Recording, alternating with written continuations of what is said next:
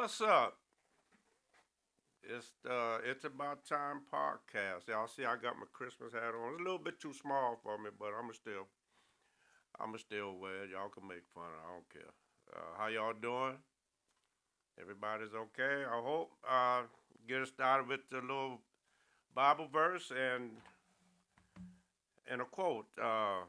Bible verse: Be alert. Continue strong in faith. Have courage and be strong. Do everything in love. Corinthians 16:13. Your mind will always believe everything you tell it. Feed it with faith, feed it with truth, feed it with love. Just, I'm gonna talk about a little bit. I'm gonna talk about 2020 a little bit since it's the end of the year and what we went through in United States of America. Started off with people don't talk about it, but because it didn't happen in the United States, but the Australian fires. You know, of 500 people died. Over 46 million acres burnt. Over 500 million animals died in the Australian fires. And it's terrible. People losing their homes. I believe it was like over 5,000 homes, businesses that was lost at that time, and you know it's rough. And the California fires, you know, 4 million acres, 33 people died. I think it was like 5,000 different fires in the state of California this year. So everybody saying, well, California have a lot of fires anyway, but still, it's not the point. It's people losing their lives, people losing their homes that they work hard for, and it's not cool. COVID-19, 17 million cases in the United States, 315,000 deaths, all over a hoax. You know, that person in the White House said it was a hoax. It'll go away when it get hot. Hell, it's December. Cold as hell up north, but they're still here. You know, it's anyway. We put our faith. I would say faith, but we put our hope in people to lead us in the right direction or try to tell us what's going on, what to do, how to do it. But it don't work out that way. Sometimes you just had a butthead as a leader. Um, uh, January the 26th, Kobe Bryant and his daughter died, and seven others died in that helicopter crash. You know, for anybody to die like that, or anybody to die period, but anybody to die the way he died with his daughter, it's heart wrenching because he left a wife and I think it's three other daughters behind, and God bless him, give him the strength to carry on. Um, but it's we don't know. Nobody knows when their time is near. You know, he left home that morning to go watch his daughter play in a basketball tournament. He probably told his wife, "Say, hey, this is what we gonna have for dinner when I get back." Never made it back. So I'm saying that to say that let's live moment by moment. Let's cherish what we doing right now. Let's love it. Let's cherish it.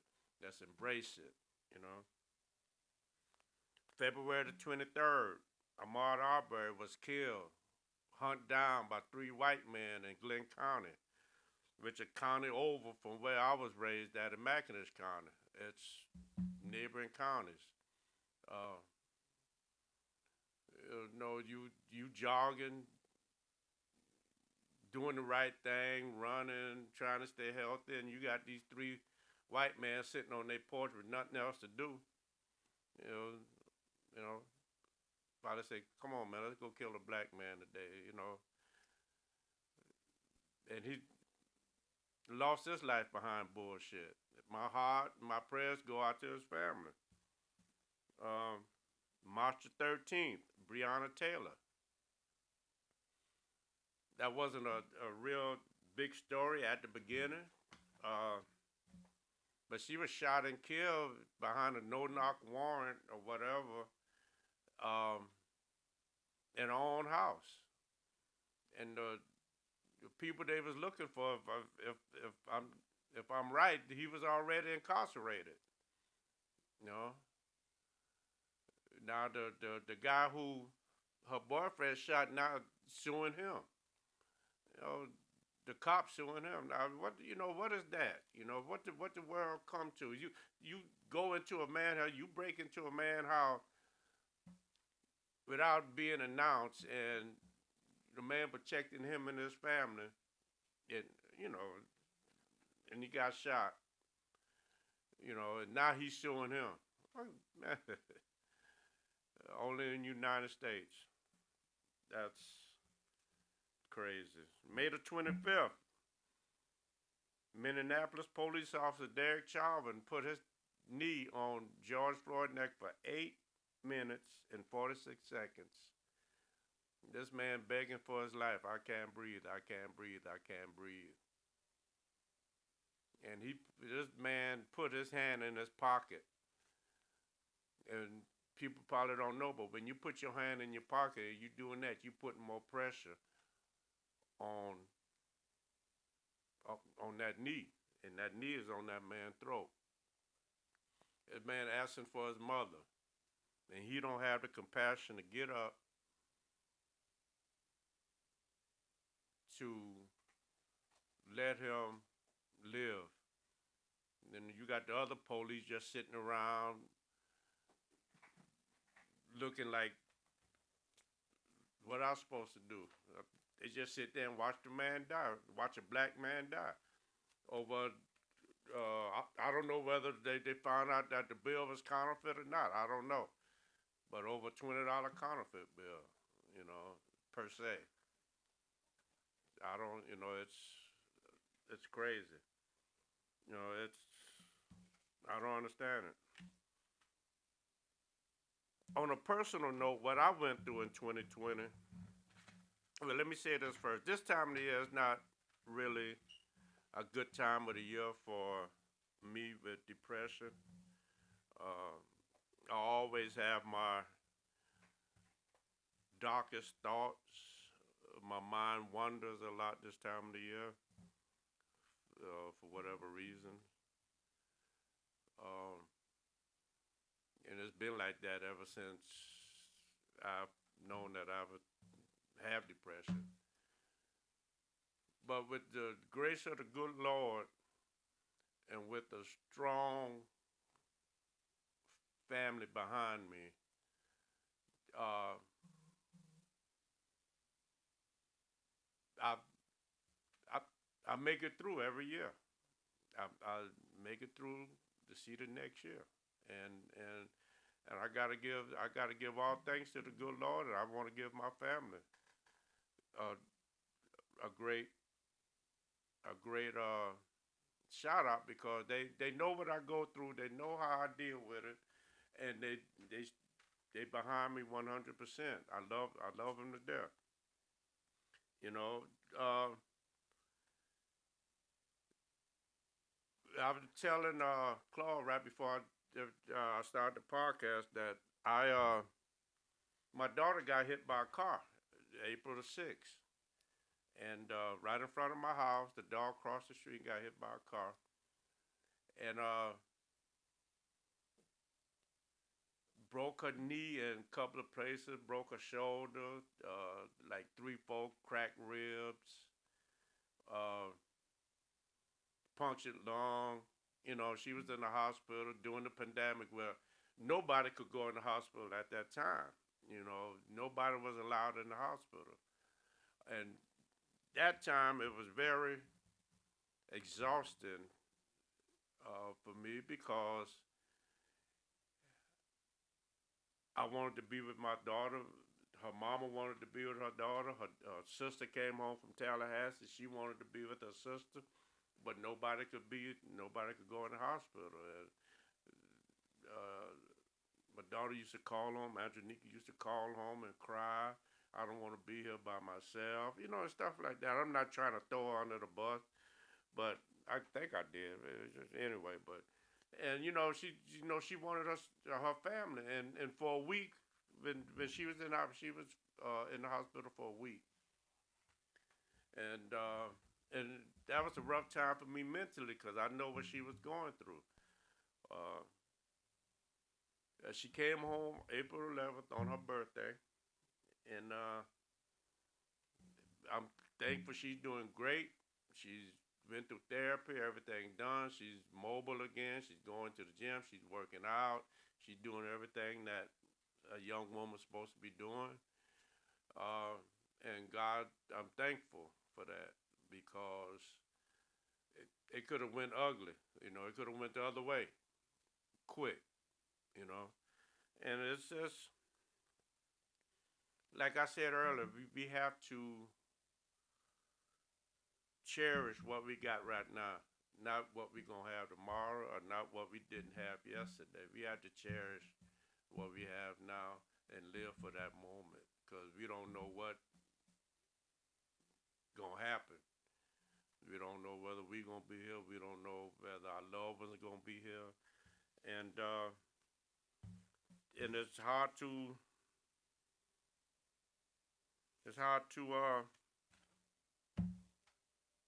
do that.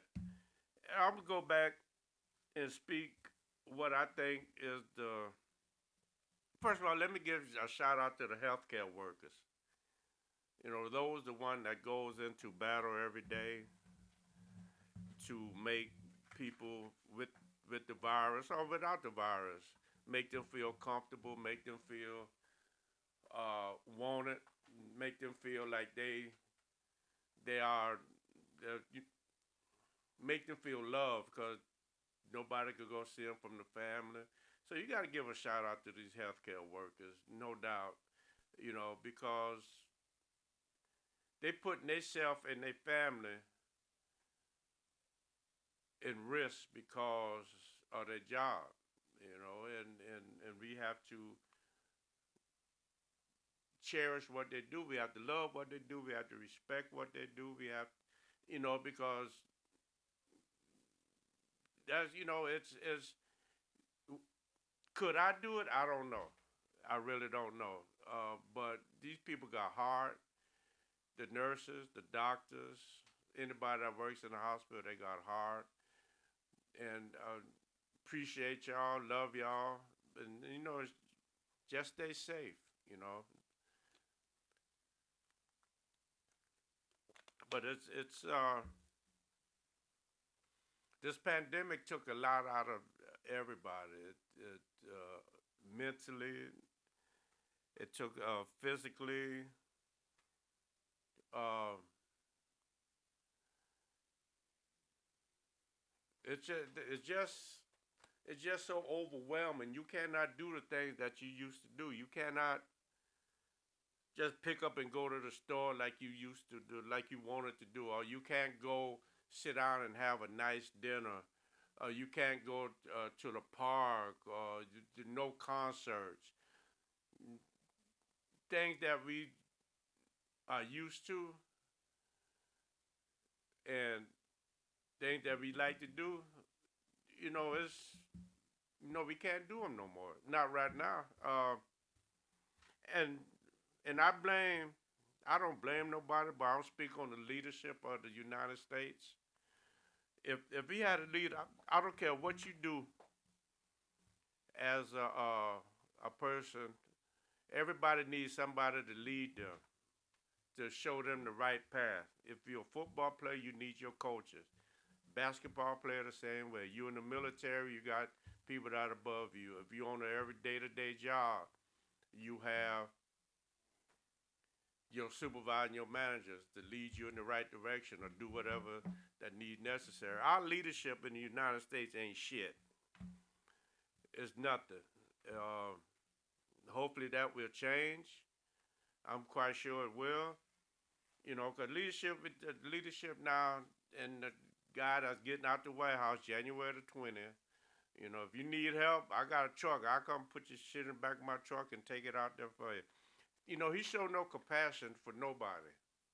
You know, none whatsoever. He showed that there's no compassion with him. He's stubborn. He's selfish. He's a liar, and most of all, he's a racist. People don't seem to understand that. You know, when he first found out this COVID, the coronavirus was here, what he said, it's a hoax. When it get hot, it's gonna go away.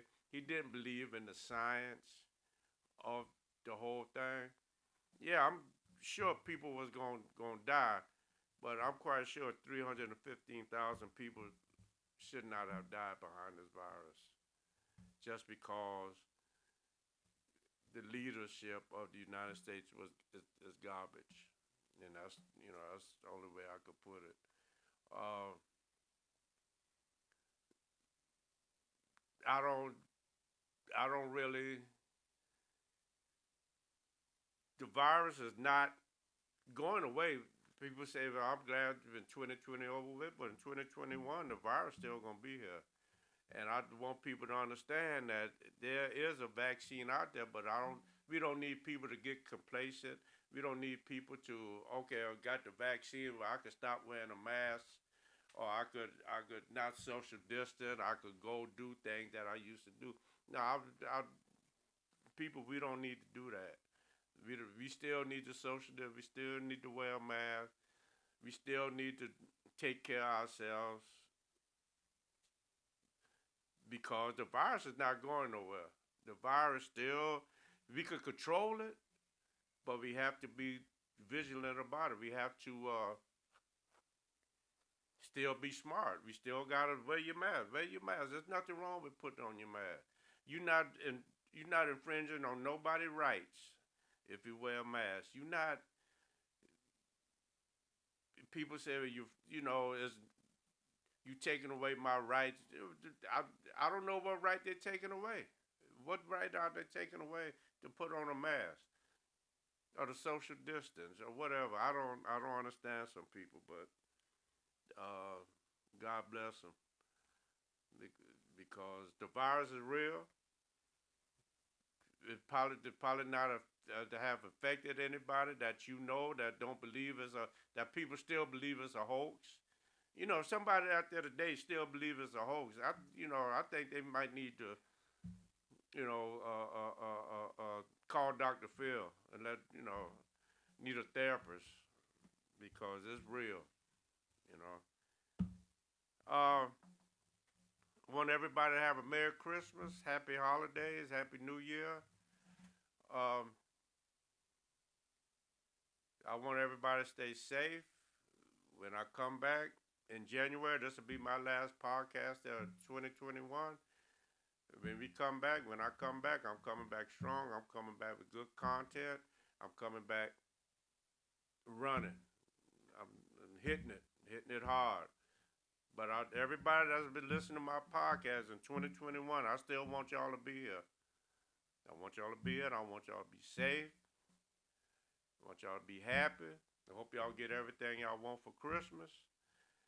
So I have a safe New Year. Don't drink and drive. Wear your mask. Social distance.